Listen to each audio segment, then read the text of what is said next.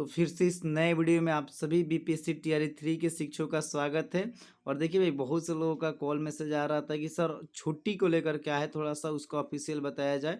तो देखिए 2025 का बिहार सरकार का कैलेंडर, बिहार शिक्षा विभाग का, और देखिए आप लोग का मई में ये ज्वाइनिंग होने जा रहा है। तो आप थोड़ा सा ऑफिशियली इसको देख लीजिए कि कितनी छुट्टी मिलेगी। देखिए दो तरह की छुट्टी है। एक, ये सरकार द्वारा जो लागू है, ऑफिशियल रूप से लागू है, जो सार्वजनिक रूप से मतलब सभी के लिए। और दूसरा बात है कि इंडिविजुअल है। जैसे कि मान लीजिए कि आपका सीएल है, कितना सीएल बनेगा और कितना एसएल है, एसएल के रूप में है। तो मान लीजिए कि एसएल तो महिला शिक्षकों के लिए, लेकिन सीएल सभी के लिए। और बहुत से ग्रुप में अलग अलग बातें चल रही है, कितना सीएल मिलेगा, किसी का ना 16 सीएल मिलेगा, किसी का ना कि नहीं मिलेगा।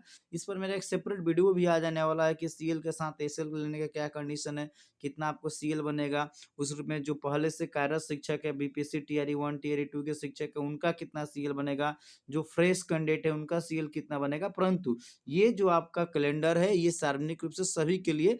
देखिए अगर आप मई में ज्वाइनिंग करते हैं, जाहिर सी बात है, तो आपको पहला एक छुट्टी और 19 नंबर पॉइंट पे बुध पूर्णिमा को 12 मई को देखने को मिल जाता है, अगर 12 मई से पहले करते हैं तो।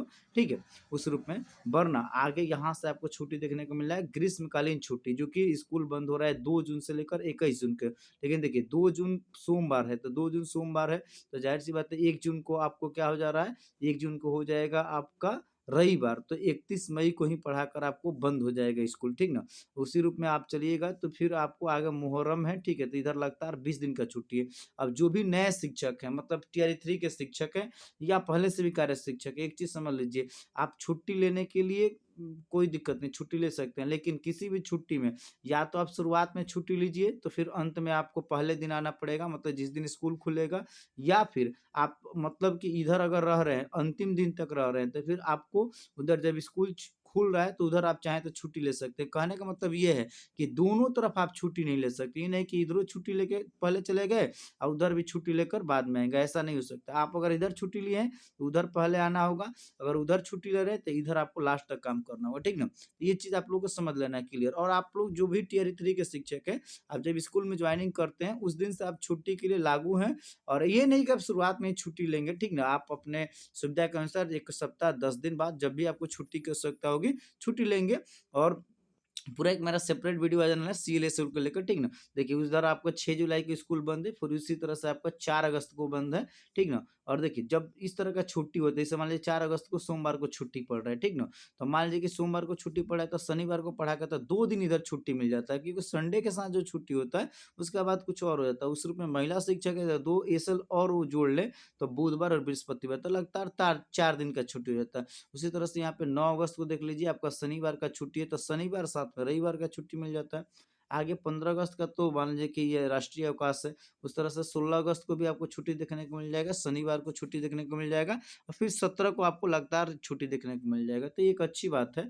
उस तरह से 26 अगस्त को आगे छुट्टी मिलेगा, फिर 5 सितंबर को छुट्टी देखने को मिल जाएगा। आपके ग्रुप में ये कैलेंडर मतलब शेयर कर दिया जाएगा, ठीक ना, ताकि आपके पास ये हमेशा अवेलेबल रहेगा। देखिए कैलेंडर के अनुसार ही आप आगे छुट्टी का प्लान कर पाते हैं। मान लीजिए कि आपको 2 दिन का छुट्टी चाहिए, ठीक ना, जैसे मान लीजिए कि यहाँ पे 6 सितंबर को छुट्टी है, सितंबर महीना में, तो यहाँ पे शनिवार का छुट्टी है, तो मान लीजिए कि आप शुक्रवार तक स्कूल पढ़ा के 2 दिन, एक शनिवार और संडे को तो छुट्टी है ही, तो 2 दिन का अपना आप आसानी से काम कर सकते हैं। ठीक है, उसी तरह से 15 सितंबर। और देखिए इस बार के गर्मी के छुट्टी की एक सबसे बड़ी विशेषता क्या है कि आपको स्कूल में नहीं आना, जबकि पिछली बार क्या था कि गर्मी की तो छुट्टी थी, परंतु सभी शिक्षकों को विद्यालय आना था। तो इस बार टीआरई 3 के जो लोग ज्वाइन कर रहे हैं, बहुत कम समय आप लोग को इधर स्कूल पढ़ाना है, फिर उसके बाद छुट्टी मिल रही है। छुट्टी में सबसे बड़ी बात है सभी शिक्षकों के लिए, टीआरई 3 के नहीं, सभी शिक्षकों के लिए भाई घर पे रहना है मस्त, आप या कहीं घूमने चले जाइए, लेकिन आपको स्कूल आने की बाध्यता नहीं है।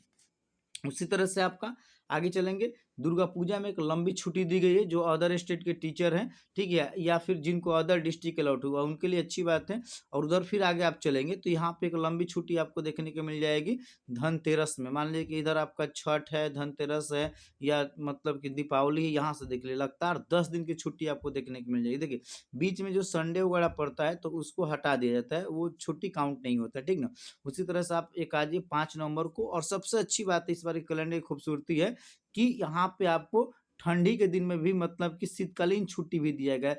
बिहार में ऐसी पहली बार हुआ है मतलब कि पूरे इतिहास में, शिक्षा के इतिहास में, कि शीतकालीन छुट्टी भी दी जा रही है। मतलब ये सार्वजनिक रूप से स्कूल बंद रहेगा 7 दिन के लिए, जो कि 25 दिसंबर से लेके 31 दिसंबर तक होगा। तो ये बहुत अच्छी बात है। और नीचे आप आएँगे तो इस बार देखिए 72 छुट्टियों में से 7 को संडे पड़ा है तो माइनस किया गया है। तो उस हिसाब से अगर देखा जाए तो टियर 3 के टोटल इधर छुट्टी, सार्वजनिक जो छुट्टी है या बाकी जो कैंडिडेट है सभी लोग को इतना छुट्टी मिल रहा है। अब बात है कि जो आप लोग का अपना छुट्टी है भाई, सीएल और एसएल छुट्टी है, ठीक ना? ये आपको अलग से लागू है, तो उसका एक सेपरेट मेरा वीडियो आ जाएगा कि आपको कितना बन रहा है और किस रूप में लेना है, ठीक ना? लेकिन ये छुट्टी तो सार्वजनिक तौर पे आप लोगों को मिल रहा है, इसमें कोई परेशान नहीं होना है। हालाँकि देखिए इसमें स्पष्ट इस बार मेंशन कर दिएगा पॉइंट नंबर 4 पे, ठीक ना?